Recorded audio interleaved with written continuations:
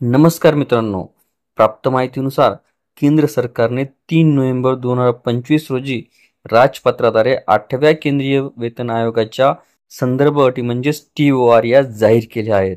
यात विद्यमान 69 लाख पेन्शनधारक आणि कुटुंब पेन्शनधारकांना आयोगाच्या व्याप्तीच्या बाहेर ठेवण्यात आले, ज्यामुळे AITUCने तीव्र नाराजी व्यक्त केली.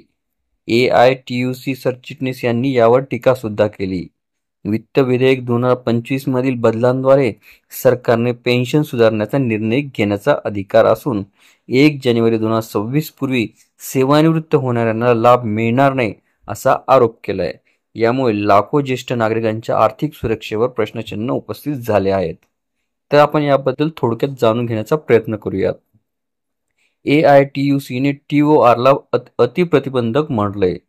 केंद्र सरकारी कर्मचाऱ्यांसाठी योग्य वेतन, भत्ते आणि सुविधा सुधारण्यास अडथळा होईल असंही म्हटलंय. आयोगाला राष्ट्रीय अर्थव्यवस्था, आर्थिक शिस्त आणि विकासासाठी निधीच्या दृष्टीने शिफारसी करण्याचा सल्ला देण्यात आलाय. यातून वाजवी वाढीऐवजी खर्च नियंत्रणावर भर आहे.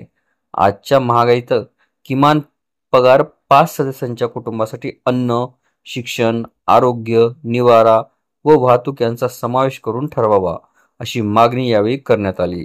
मात्र TORमध्ये ही आवश्यकता नसल्याने कर्मचाऱ्यांना सन्मानजनक जीवन जगणे कठीण होईल असा इशाराही यावेळी देण्यात आला आहे. सरकारी विभागामध्ये 10 लाखाहून अधिक पदे ही रिकामी आहेत, ज्यामुळे प्रत्येक कर्मचारी 2-3 व्यक्तीचे काम करत असतो. रेल्वे आणि संरक्षण क्षेत्रामध्ये महिलांसहित लोको पायलटांना 12 तासाहून जास्त ड्युटी आणि मूलभूत सुविधांचा अभाव सहन करावा लागतो. सरकार रिक्त पदे भरण्याऐवजी ठराविक कालावधीची नोकरी किंवा निवृत्त कर्मचाऱ्यांची पुनर्नियुक्त करत असल्याने कर्मचाऱ्यांचे मनोबल खचण्याची शक्यता ही व्यक्त करण्यात आली.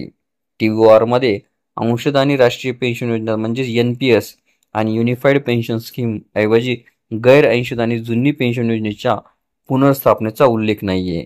यामुळे 26 लाख NPS कर्मचाऱ्यांच्या मागणीकडे दुर्लक्ष झाले आहे. संसदीय समितीच्या शिफारशीप्रमाणे पेन्शनचे रूपांतरित मूल्य 11 वर्षातून एकदा आणि दर 5 वर्षातून 5% वाढ करावी अशी अपेक्षा आहे. मात्र सरकारने विद्यमान पेन्शनधारकांना वगळल्याने हा विश्वासघात असल्याचं AITUCने म्हटलंय.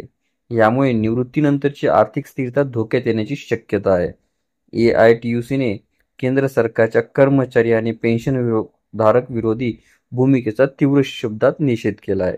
यासोबतच त्यांनी केंद्र सरकारी कर्मचारी संघटनांना आंदोलनासाठी तात्काळ एकत्र येण्याचे आवाहन सुद्धा केले. दर 10 वर्षांनी होणाऱ्या सुधारणेमध्ये न्याय मिळवण्यासाठी स्वतंत्र कृती कार्यक्रम राबवावा असं सुद्धा सांगितलंय. हे केवळ आर्थिक नाही तर देश सेवेच्या बदल्यात ज्येष्ठ नागरिकांवर होणाऱ्या अन्यायाचे प्रतीक आहे. AITUC सर्व आंदोलकांना पाठिंबा देईल असंही त्यांनी यावेळी स्पष्ट केलंय. आपल्याला व्हिडिओ आवडले असल्यास चॅनलला नक्कीच लाईक, शेअर आणि कॉमेंट्स करायला विसरू नका. तसेच चॅनलला ऑल नोटिफिकेशन्स ऑन करून सबस्क्राईब करा, जेणेकरून व्हिडिओचे सर्व नोटिफिकेशन्स आपल्याला सर्वप्रथम मिळतील. लवकरच आपण पुढच्या व्हिडिओमध्ये भेटूया. तोपर्यंत नमस्कार.